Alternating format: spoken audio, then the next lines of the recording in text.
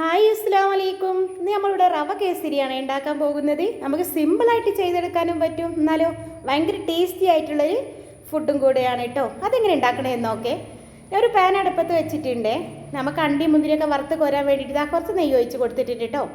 അതിലോട്ട് അണ്ടി മുന്തിരിയൊക്കെ ഇട്ട് കൊടുത്ത് നല്ലോണം നമുക്ക് ഇളക്കി അത് മൊരിഞ്ഞ് വരുന്നത് വരെ ഒന്ന് വെയിറ്റ് ചെയ്യാം കേട്ടോ. അത് നല്ലോണം ഒന്ന് പൊരിച്ചെടുത്തിട്ടുണ്ട്. നമുക്കൊരു പാത്രത്തിലോട്ട് മാറ്റിയെടുക്കാം. സെയിം പാനിൽ തന്നെയാണ് ഞാൻ റവ വറുത്തെടുക്കണം കേട്ടോ. നമുക്ക് ആവശ്യത്തിനുള്ള റവ ഇട്ട് കൊടുത്തിട്ട് നമുക്ക് നല്ലോണം ഒന്ന് വറുത്തെടുക്കാം കേട്ടോ.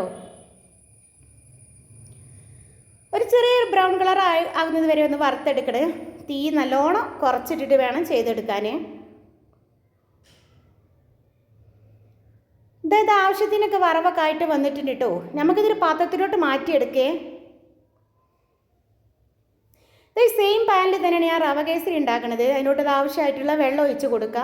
ഞാൻ അതിലോട്ട് കുറച്ച് മഞ്ഞൾപ്പൊടി ഒരു നുള്ളു ഉപ്പ് ഇട്ട് കൊടുത്തിട്ടുണ്ട് കേട്ടോ. മഞ്ഞൾപ്പൊടിക്ക് പകരം നിങ്ങൾക്ക് ഫുഡ് കളർ ഉപയോഗിക്കാം, അല്ലെങ്കിൽ നമുക്ക് കുറച്ച് കുങ്കുമപ്പൂവ് വെള്ളത്തിലിട്ടിട്ട് ഒന്ന് അലിയിച്ചിട്ട് ഇട്ട് കൊടുക്കേ. ഇത് 4 ഏലക്കായൻ്റെ കുരും കൂടെ ഞാൻ ഇട്ട് കൊടുക്കുന്നത് കേട്ടോ. മഞ്ഞൾപ്പൊടി ഇട്ട് വെച്ചിട്ട് നമുക്ക് ടേസ്റ്റ് വ്യത്യാസമൊന്നും വരില്ലേ.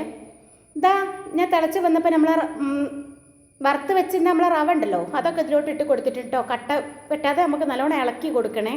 ഈ ടൈമിൽ കുറച്ച് നെയ്യും കൂടെ ഞാൻ ഇട്ട് കൊടുക്കുന്നുണ്ട്. പിന്നെ ഷുഗർ നമ്മൾ ഇതിലോട്ട് ഇട്ട് കൊടുത്തിട്ടില്ല. ഈ ടൈമിലാണ് നമ്മൾ ഷുഗർ ഇട്ട് കൊടുക്കുന്നത്. ഷുഗർ ഇട്ട് കൊടുത്ത് ഒന്ന് മെൽറ്റായി വരുമ്പോൾ ഒന്നുകൂടി ഒന്ന് ലൂസായിട്ട് വരും കേട്ടോ. അപ്പോൾ നല്ലോണം ഒന്ന് ഇളക്കി മിക്സ് ചെയ്ത് കൊടുക്കട്ടെ. നമുക്ക് നമ്മൾ വറുത്ത് കോരി വെച്ചിട്ട് നമ്മൾ അണ്ടി മുന്തിരി ഉണ്ടല്ലോ, അതും കൂടി ഇട്ട് കൊടുക്കട്ടോ. പിന്നെ ഏത് പാത്രത്തിലാണ് നമ്മൾ സെർവ് ചെയ്യാൻ വെക്കുന്നത്, സെറ്റാക്കാൻ വെക്കുന്നത്, ആ പാത്രത്തിലോട്ട് കുറച്ച് നെയ്യ് ഒഴിച്ചിട്ട് നെയ്യൊന്ന് പുരട്ടി കൊടുത്തിട്ട് നമുക്ക് ഇത് നല്ലോണം സെറ്റാക്കി വെച്ചിട്ട് നമുക്കിതാ സെർവ് ചെയ്യാം കേട്ടോ.